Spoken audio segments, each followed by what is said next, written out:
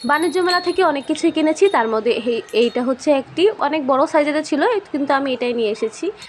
আর আজকে আপনাদের সাথে শেয়ার করব আমি একটি সুন্দর ব্যাগ কিনেছি। সেই ব্যাগটা কীরকম কোয়ালিটি, কীরকম থেকে নিলাম, কত দাম পড়লো। তো ব্যাগটা হচ্ছে এরকম। ব্যাগটা আমার কাছে অনেক ভালো লেগেছে।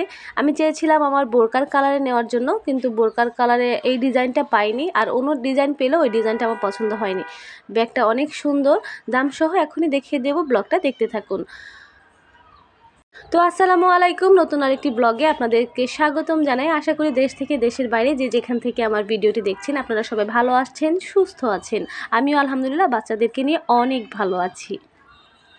সব বিবাহিত নারীরই একটি করে ইচ্ছা থাকে নিজের সংসারটাকে নিজের মতো করে সুন্দর করে সাজিয়ে গুছিয়ে রাখতে, কিন্তু এখনও এরকম দেখা যায় নিজের বিবাহিত জীবনের অর্ধেক জীবন পার করার পরেও অনেক নারীরাই আছে যারা কিনা নিজের মতো নিজের সংসারটাকে এখনও গুছিয়ে নিতে পারেনি।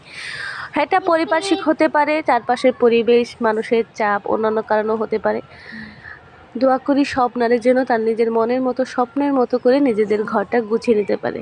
এটাই সবার জন্য ভালোবাসা ও দোয়া রইল।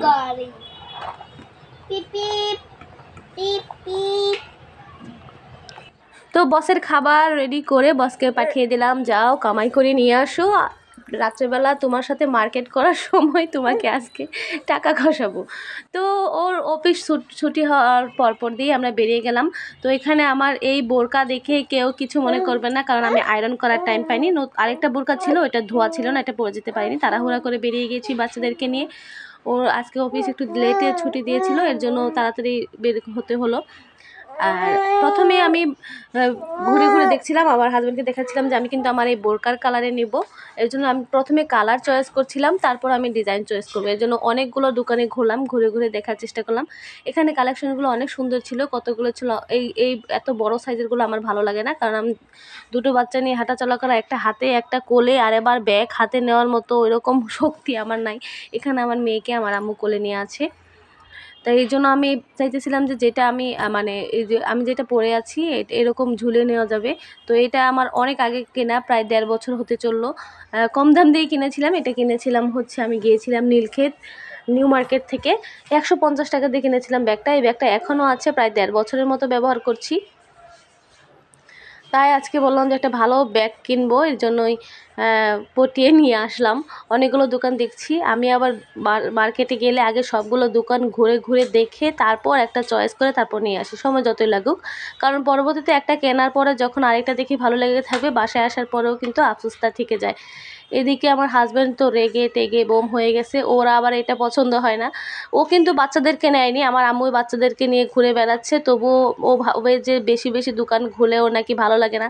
কিন্তু মানুষের মার্কেট করা আর মহিলা মানুষের মার্কেট করার মধ্যে অনেক পার্থক্য। আমরা কিছু কিনি আর না কিনি, আমরা কিন্তু ঘুরে ঘুরে দেখবই। তো পিছনে আমার পিছনে ক্যাটকেট করতেছিল, আমি বলতেছি তুমি তোমার মতো ক্যাটকেট করতে থাকো, আমি দেখতে থাকি। ও রাগারাগি করে না, কিন্তু ওর বিরক্ত হয় এরকম বারবার দোকান চেঞ্জ করলে। কিন্তু আমার যেটা পছন্দ হচ্ছে না সেটা আমি নিয়ে কি করব। আর ওর ক্ষেত্রে কি হয়, ও যেই দোকানে ঢোকে ওই দোকান থেকেই মানে নিজের প্রয়োজনীয় যা আছে সবগুলো কিনে নিয়ে বেরিয়ে যায়, কোনো ডিজাইন দেখে না, কোনো দোকানে একটু ভালো করে পর্যালোচনা করে না। আসলে আমার মনে হয় সবগুলো পুরুষরাই এরকমই হয়। আমি যতজনের কাছে শুনেছি সব পুরুষরাই দেখেছি, আমার মামাদেরকেও দেখেছি, ওরা একটা দোকানে ঢুকে ওই দোকানের জিনিসগুলো নিয়েই চলে আসে, ভালো করে দেখে না ঘুরে ফিরে। তো আমার মনে হয় আপুদেরও একই সেম অবস্থা, ওরা যে হাজব্যান্ড ম্যাটেরিয়াল যেগুলো আছে সবগুলোর এই একই প্রবলেম। তো যাই হোক, এই দোকান থেকে এখন বেরিয়ে আরেকটা দোকানে চলে যাব। এখানে আমার ছেলে কিছু স্কুলের ব্যাগ দেখছিল, আমি বললাম যে বাবা তুমি এখন স্কুলের ব্যাগ দিয়ে কী করবে, তোমাকে সামনের বছর ভর্তি করে দেবো, এখন এই ব্যাগটা কিনে দিলে তুমি নষ্ট করে ফেলবে। তো ও বলতেছিল যে আম্মু এটা আমি নেবো না, দেখতে চাই ভিতরে কী আছে। তারপর ওর আব্বুকে নিয়ে আসলো। তো এখন আবার আরেকটা দোকানে ঢুকে পড়লাম। ঘুরতে আমরা গিয়েছিলাম হচ্ছে সুবাস্তু নজরভেলিতে, এটা হচ্ছে শাহজাদপুর নতুন বাজার বাড্ডাতেই, ওইদিকেই আছে। আমাদের বাসা থেকে যেতে বেশিক্ষণ লাগে না, রিক্সা দিয়ে মাত্র 30 টাকা ভাড়া। তো আমি তো খুশি ঠেলায় যে একটা বোরকাও কিনে নিয়েছি, বোরকাটা একবার হাতে নিয়ে নিয়ে ঘুরতেছি আর এরকম করে করে দেখতেছি। তো আমি বললাম যে তুমি ভিডিও করো, আমি ঘুরে ঘুরে দেখি। ওর ভিডিও করতেও শাই ফিল করে, কি বলবো আমি বুঝি না। অন্যান্য বয়সের অন্যান্য যেই হাজব্যান্ডরা দেখি বউরা ঘুরে আর তারা পেছন পেছন ভিডিও করে, তার ধারা এটাও হয় না। আমার ভাগ্যে কি একটা জুটলো। যাই হোক, অনেক দিন পর একটা ব্যাগ কিনলাম। তো ব্যাগটার ভিডিওটা আমি নিতে ভুলে গেছি ব্যাগটা দেখার সময়। তো ব্যাগটা আমি নিয়েছি হচ্ছে লেমন কালার, অনেকটাই আমার ড্রেসের সাথে যায়। আমার কয়েকটা ড্রেস আছে ওইরকম, একটা শাড়িও আছে, আর আমার বোরকার সাথেও যায়, এর জন্য ওই কালারটা নিয়েছি। ওটার পরে দামাদামি করে 2100 টাকায় নিলাম। 2000 পর্যন্ত বলেছি, দিলই না। তারপর কিন্তু 2100 টাকা দিয়ে নিয়ে নিলাম ব্যাগটা। 100 টাকাও ডিসকাউন্ট দিল না। ওনারা বলতেছিল যে এখন বাজার অন্যরকম, ক্রেতা তেমন একটা নাই, এর জন্য নাকি ওনারা ছাড় দিতে পারবে না। যাই হোক, ব্যাগটা পছন্দ হয়ে গেছিলো, এর জন্য যে বারবার ওকে বলতেছিলাম আচ্ছা তাহলে নিয়ে আসো ওটাই। ওর আব্বু বলতেছিল যে সমস্যা নাই, তোমার পছন্দ হয়ে থাকলে ওই ব্যাগটা নিয়ে আসি। তো আবার ওই ব্যাগের দোকানটাকে ঢুকে তারপর ব্যাগটা নিয়ে বাসায় চলে আসলাম। তো এই ছিল আজকের এই ব্লগ, কি বলবো বাচ্চাদেরকে নিয়ে ঘোরাঘুরি হলো একটা। আর আমার মায়ে তো এইদিকে বাচ্চাকে কোলে নিয়ে, আর আমার হাতে আর একটা। তো ছেলে অনেক বায়না করতেছিল একটা গাড়ি কেনার জন্য।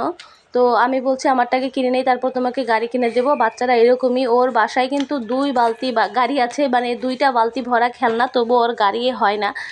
এই যে তারপর